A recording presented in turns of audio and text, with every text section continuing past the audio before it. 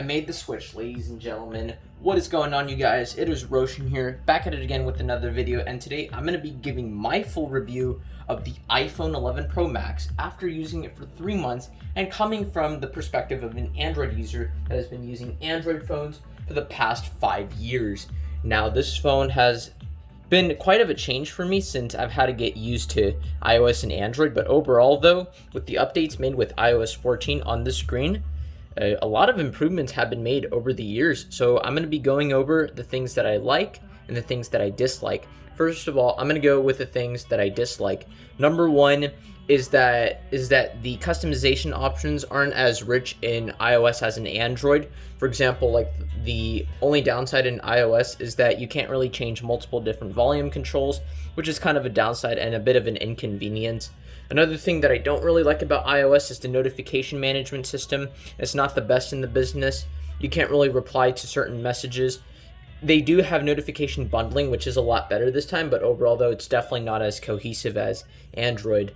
Now, in terms of the notch, it is pretty wide, so if you were to watch content on it, it can get a bit interrupted. Face ID sometimes is a little bit slower. The one thing I kind of don't like also is the fact that the Lightning port 2 isn't this super fast in the world, but it does have fast charging in the box, which is really nice.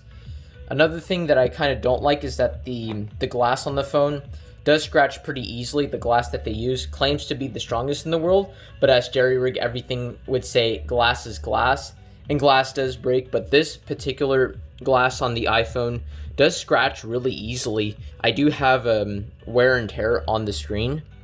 If we look pretty closely, you can't really see it, but the iPhone glass does pick up a lot of micro scratches in this case, so that's kind of a downside in terms of the durability phones. The other Android phones seem to be a lot better. That's only the few complaints that I have, but other than that, the things that I really like about it is the build quality. The build quality on the iPhone 11 Pro Max is excellent. You have glass on the front, a matte glass texture on the back, which is absolutely amazing. It feels really nice. The chrome finish looks really nice, and then the polished stainless steel sides are just absolutely amazing, and it just makes the phone look really premium. The buttons are nice and clicky as well too. The mute switch is also one of the most underrated features on a phone. I feel like every phone needs to have a mute switch. It's super convenient to be able to mute and unmute contacts too and stuff like that. That's really one of the best features. The speaker grills are also nicely milled out, nice and metal. Even the SIM card tray too is also made of metal. Everything about this phone with the build quality is fantastic. Another thing that's also amazing about the iPhone is the gesture navigation system. It's super smooth, easy to use. It's really nice and fluid. It just flies through everything. And the A13 Bionic of this phone is just absolutely amazing. In terms of performance gamings, there are no lockups. This phone is an absolute beast, especially in the long run. And this phone can get 6 years of updates, which is absolutely amazing, especially for the long run. The cameras are also a big improvement this year. Apple finally included an ultra-wide-angle lens, which is something that many people have been requesting for, and it's one of my favorite lenses. The only downside with it, though, is that you can't use night mode with the ultra-wide-angle lens, but the pictures coming out of the iPhone are super solid. As you can see, the detail of the photos are great. Portrait mode works really well. You can even adjust the background blur. These were a few photos that I took outside at night mode. Really impressive shots. I'll leave a link in the description so that you can see photos for yourself. The video on this phone, nothing really compares it. The iPhone has always been the gold standard for videography, and video on the iPhone is excellent. It's super smooth. It can record up to 4K 60 frames per second. The video quality is amazing on the iPhone, and it really sets the bar for what video quality should be like. And it's a lot smoother. Definitely not as smooth as super steady mode, of course, but it is very smooth. The colors are super accurate. And speaking of the display, even though it doesn't have the latest and greatest tech, Apple tends to focus more on maturity. So in this case, this one has a FHD plus 60 Hz screen with the resolution of a rather weird 1242 by 2688. Gets super bright, has an 800 nit screen, 1200 nits if you're watching HDR content. Gets plenty bright. The colors are really nice and accurate. That's the one thing that Apple displays are really nice with.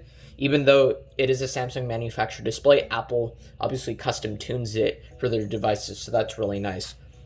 As you can see, if you're probably wondering why my iPhone looks a little bit different, that's because it's running iOS 14. Now, iPhones have always had a lack of customization features. They tend to play it safe because they wanted to make things as easy as possible with their user experience. But ever since iOS 14 came out for this phone, my opinion has completely changed. And as someone who has came from an Android phone, this is super nice to have. As you can see, the app library keeps everything super organized rather than just having all of your apps into just multiple home pages. As you can see, there's an app drawer similar to what Android has. You can even edit home pages too, right over there. So all really nice customization features. You can create stacks with the widgets too. There are just a lot of features within iOS 14, which is super nice to have with all of the rich customization features.